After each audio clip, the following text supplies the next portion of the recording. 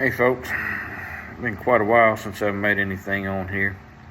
Used to make some knife videos. So I'm gonna make something tonight, just something I'm sitting around here thinking about. I don't know if I'm talking to anybody or not, 35 subscribers that subscribed 11 years ago, I doubt they even pay any attention anymore. And if it's any of them, it ain't gonna reach many, I don't imagine, but I feel like I'm gonna say this anyway. So, like I said, just sitting around here thinking about this country and the shape it's in, the state of our union. Boy, it's weak. You know it. We carry on about term limits all the time. You hear people talking about these term limits, but the people who need to be limited in their terms, they're not going to introduce legislation to cut their career in politics short. So it's incumbent upon us through the ballot box to impose those limits. So if you think your representative should only have a maximum of 2 terms or 4 terms, then when they get to that number that you believe in, don't vote for them. Don't vote for them in the primary. Don't vote for them in the general. Another way may be when they run for office and they're carrying on about all their promises. They got all these promises, the things we want to promise you so that you'll vote for them. Go to the town halls, listen to them talk. Take the telephone town halls. I get invited to them. I'm sure you do. They're burning my phone up. Call them, email them. Hey, you come up with this plan. Sounds great, buddy. Good job, Senator. Good job, Senator wannabe fella.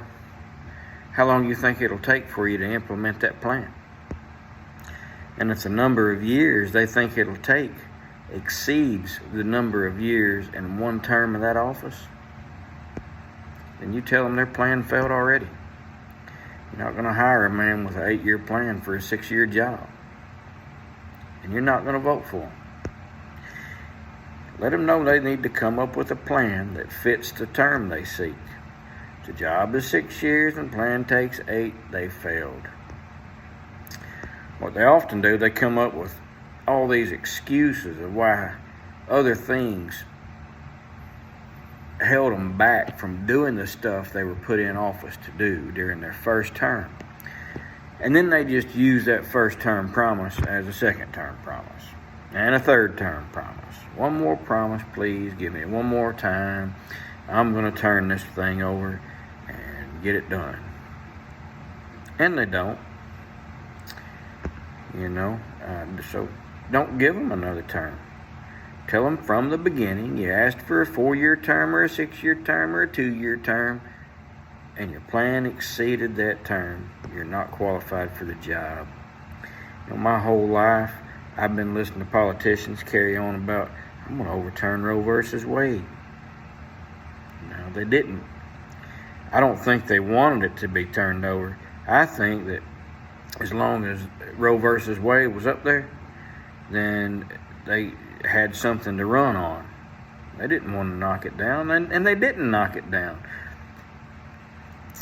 The other side accidentally knocked it down. They took a court case to the Supreme Court thinking they were going to get what they wanted out of it, and luckily the Supreme Court slapped it down, said, nope, y'all lost.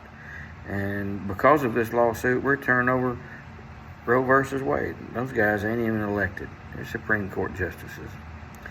All these yahoos we elect, I guarantee, were just halfway upset that that even happened. Because now, oh crap, what am I going to run on next time?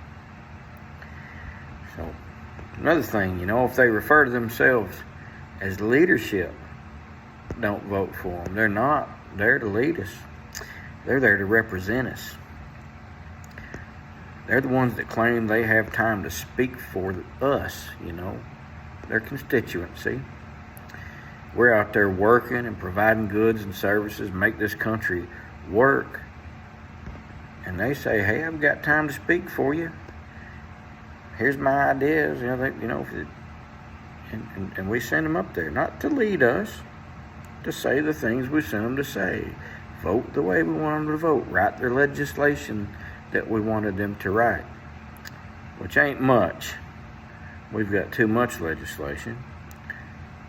We should never send them to Washington with a pen. We got to send them up there with a paper shredder.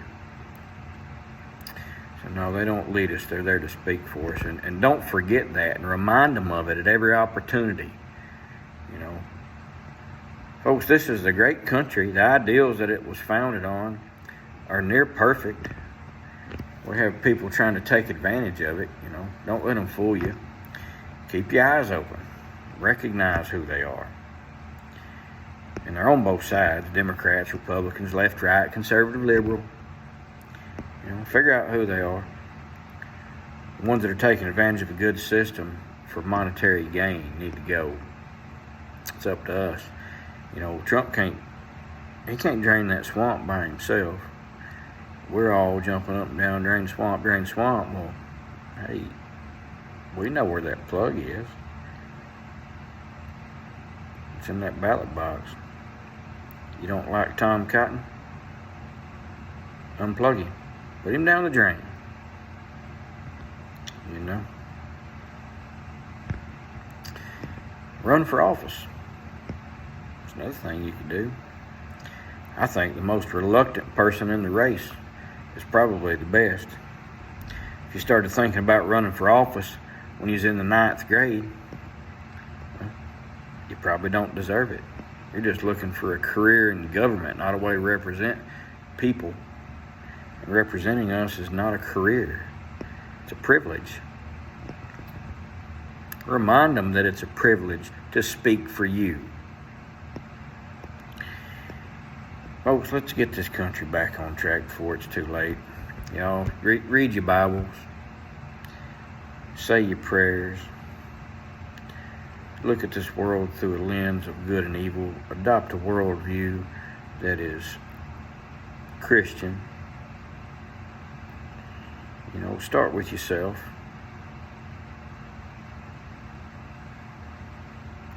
Get yourself squared away. I had a buddy always said, you fix the little things, the big things will take care of themselves. Well, here you are, just an individual. You're a little thing. Fix it, you know. Adopt that worldview that says there are things that are good, and there are things that are evil. There are things that are Christ. There are things that are Antichrist. Get on the side of good.